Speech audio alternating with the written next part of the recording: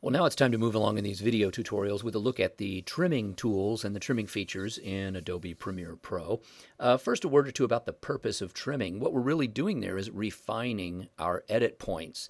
Usually you don't get into the trim tools and trim features until you're pretty far along in the edit, and it's about refining the story. The focus here is on the editorial flow of the story, how the content comes across to the audience. So we want to make subtle refinements, and the trim tools are powerful tools for doing that. We've got a whole package edited here, and it's in pretty good shape in the timeline with the audio and the video content, and the structure of the story is pretty much in place.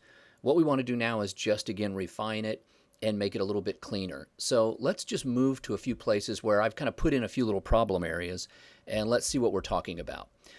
First spot is where we're going into a soundbite. First soundbite with our main character, who is a cancer survivor. And I'll play it for you, and we'll listen toward the end. There's something we want to clean up. So here we go. I shed a few tears, and then I thought, no, I'm not going to let this get me down. You know, I'm going to beat this. I'm going to fight. And from the moment... So you can see where the problem is probably, or hear it too. Back where she finishes the sentence, the ending of that soundbite should be, Yes, I'm going to fight. I'm going to fight. We've just got a little extra part of the clip sort of left on there. So it's sort of like we've got a little bit of a fat, a little area we got to trim, just like a butcher is going to trim the cuts of meat. Let's do that with a couple of the trim tools. Now, first let me point out that when you use the trim tools, they can appear by kind of invariably by magic, by default. Anytime you're in the regular selection mode, when you have the regular V tool or the selection tool, when you see that arrow tool and you mouse over an edit point, let's zoom in a little bit closer so you can see. Notice as I mouse over this side of the edit, I get it looks like a roller tool. It's like a single red roller. And if I mouse over to the other side of that edit, it's the same symbol, but it's facing right on this side of the edit. So on this clip, it's a right-facing arrow. Over here, it's left. So that happens by default whenever you mouse over an edit point. We'll do it here. Left arrow, right arrow. Notice it's red, too. I can push the Command key and change it. Notice it goes to the yellow, which anything that's yellow we call a ripple tool. So a quick word about the two colors. Anything that's yellow is a ripple. Anything that's red is considered like a roller or a rolling tool. So if we just mouse over right now and click it on this trouble spot, I could, if I'm just in a hurry, let's say I mouse, click it, dragged to the left a little bit. Well, I am kind of trimming off some of that material, but watch what happens when I let go of the mouse. Oops, I left a big gap. Let's look at what would happen. I'm going to fight. Uh-oh. And from the moment... Yeah, we have a problem. That's why I don't like just grabbing the mouse and immediately diving into an edit point. So let's undo that. Good. Command Z is your undo tool. Don't forget that command. So a better way to do this is let's start by using the ripple edit tool, because this is a case where we do want to change the duration. We actually want to ripple out some of the material from the timeline. And remember, this time we're actually going to pick the ripple edit tool. And if you remember from our keyboard command shortcuts, we choose that by clicking B on the keyboard because B brings the timeline with it. Let's see that in action. So if I hit B and I mouse over, I get that ripple edit tool right at my edit point. And if I click on this side of the edit, I get that single yellow line. So let's do it with the mouse. This is a little bit safer than what I did before. Drag left right to the end of that little pulse in the audio track where you see the waveform. Let go. And do you see what happened? I'll undo it and do it again. Drag left just about a second. Now watch the clips over there where it says stand up good. Watch how it brings itself along. See how it all shoved to the left? So it brought the timeline with it. That shortened or the length of my track. So now it's about a second less. So I've shaved off a second from my total running time. So that's the ripple edit tool. Remember, you use B on the keyboard to choose it because it brings the timeline. It is yellow, so it changes duration. So again, ripple, yellow, and bring the timeline. Combine all those together, and that's the purpose of ripple editing or ripple trimming.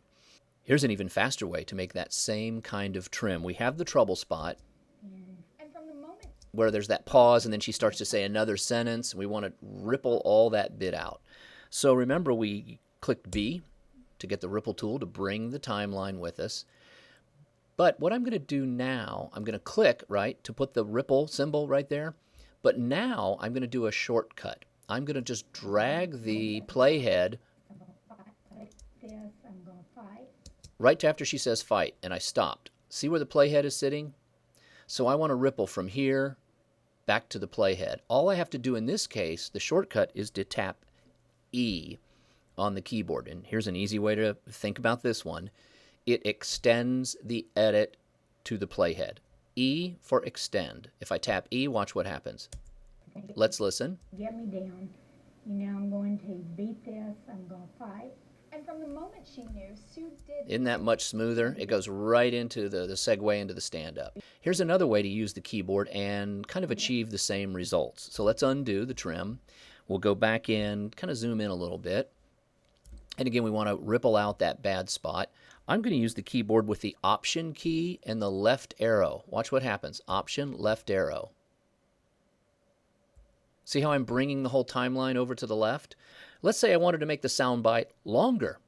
I could have Option, right arrow key. Watch what happens now. It's now bringing the timeline down to the right.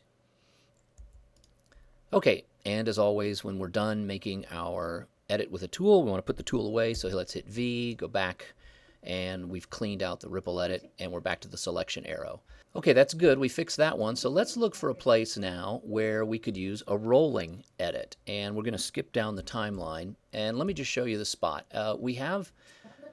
We're talking about the woman and her sister who also suffered from cancer. So we're going to see her hand a photograph over to the reporter. was also diagnosed with breast cancer. This is Vicky. And she says, "This is Vicky." She's handing the picture of Vicky to the reporter. The problem here is that I feel like it cuts away too soon. It cuts back to the soundbite. I want it to linger on just that photo being handed over for another second, and then we'll bring in the soundbite. We don't want to chop up the sound, though. So what we want to do is do a rolling edit, but only on the video track. So I make sure I deactivate the audio tracks in the panel here, and I only want this V1 track to be at play. So what I'm going to do now is, instead of selecting the ripple tool, we're going to select the rolling tool. And remember, that's N because it kind of looks like a stitch right over the seam of these two shots. So I'm going to click here. We're going to roll this shot, passing the photograph, to the right. So it'll cover up part of Sue's soundbite, her face. But we don't want to lose her audio. So in this configuration, we're rolling both video and picture. And we're rolling what's over here to the right, and we're going to end up knocking out part of her sound. I don't want to do that, so I hit the Option key and I click the roll right on the video track. Notice that Option here will just give me the audio option, and then click it right there. I'm still in the rolling edit on N. Now I can just roll to the right a little bit, and it will just take this picture and let it linger an extra second or several frames while we hear Sue talking. This is what we call a split edit. You do these with rollers. You don't do this with rippling. So let's just drag a little bit to the right, and I'm just letting that picture of the hand and her passing the photo linger a little bit more, and I'll let go. Again, I'll undo it. See where we were? We were back here, and we rolled forward. So I can click and drag with the roller in the right place, let go, or remember, I could do that extend edit. Let's put the playhead about It was devastating. right where she says devastating. I want to roll from here to there, so I can hit E for extend. Watch this. See how it just rolled to the right, and it didn't bring the timeline. It didn't shove all the other tracks down. It really just rolled this shot over the top. It's like doing an overwrite with a roller. One more way we could do that again, you should know this now. Instead of hitting the key E, I can Option, right arrow. See what's happening? We're seeing less of the shot of Sue. We're seeing more of the shot of their hands, but it's not affecting these other clips farther down to the right. So the rolling edit tool, very useful for making those sort of subtle changes where you want to stay on the video shot longer than the audio, or you want to bring in the audio a little before we see the video shot.